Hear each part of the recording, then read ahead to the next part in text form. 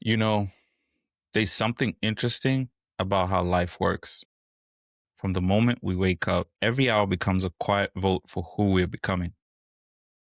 And that idea of choice led me to reflect on something we rarely think deeply about: the illusion of having options. Because sometimes the more options we have, the more lost we become. And lately, I've been learning that busyness and genuine progress are not the same thing.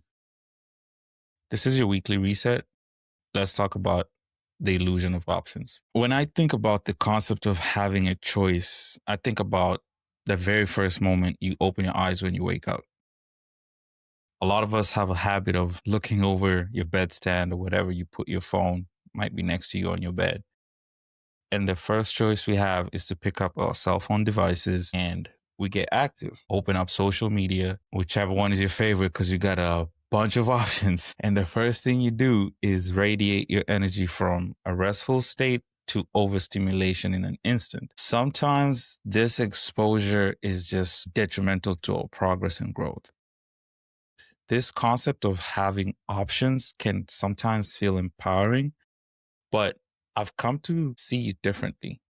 I think having too many options can create scattered energy. It can bring confusion. And I feel this way every single time after scrolling through my phone for about an hour or two. I haven't moved from my bed. And if I had plans to wake up at, let's say, 7:30 a.m., then it's 9:30 and I feel like, oh, damn, I haven't really done anything but just be on my phone. So from the get go, my energy for the day is just scattered. And then now I'm playing catch up from 9:30 because I've lost 2 hours that I could have been productive on or attack the goals and to do list tasks that I had set out to do. What I realized is I don't necessarily want to feel that way, especially when every day is so important in the journey of becoming a better version of yourself. That puts you in a place where you don't necessarily have direction to where your life is going. And having too many options has essentially slowed me down. My productivity levels in those 2 hours is non existent because I'm just doom scrolling. This led me to start thinking about how being busy does not really equal to being effective. I think there's moments where you can be active, but you're not necessarily seeing progress. And I'll give you a couple of examples that I've seen.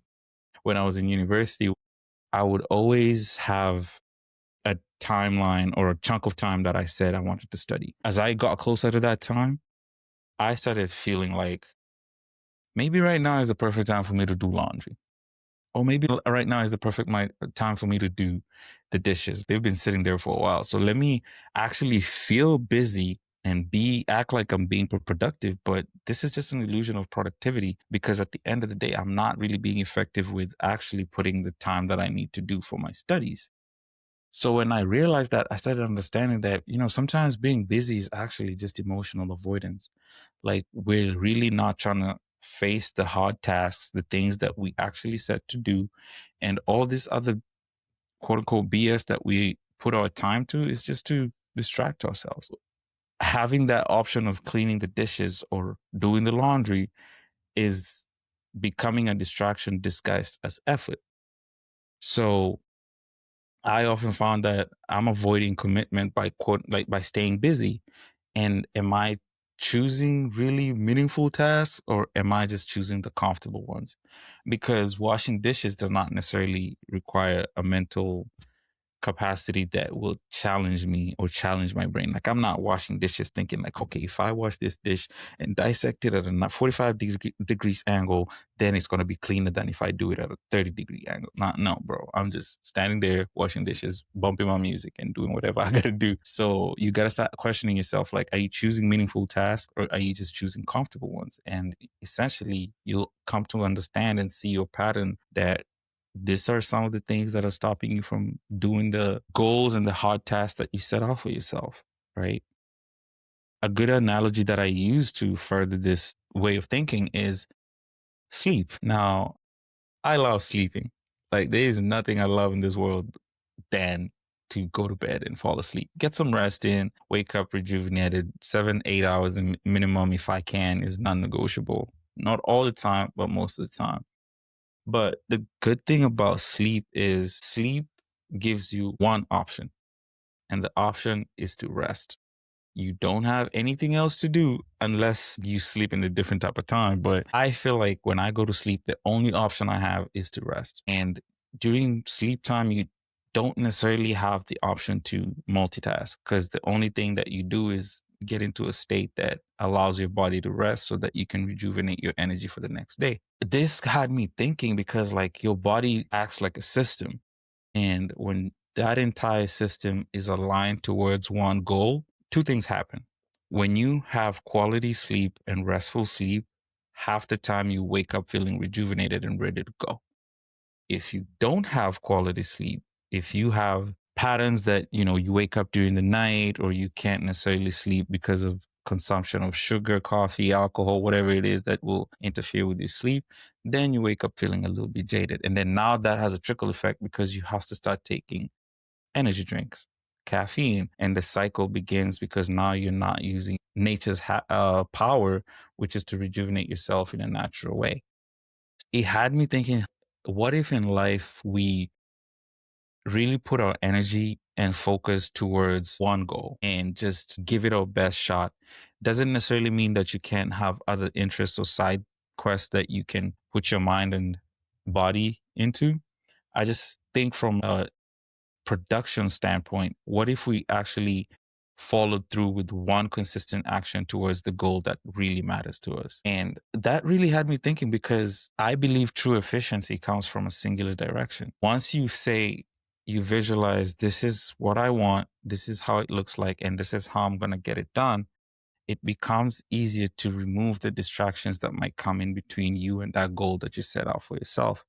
So for me, I want to ask you, when was the last time you gave yourself permission to focus on one thing, right? What does rest look like outside of sleep? And what are some of the things that I can do for myself to be able to gather my energy into one direction rather than have options that take my energy away and then in turn limit how I can show up for myself?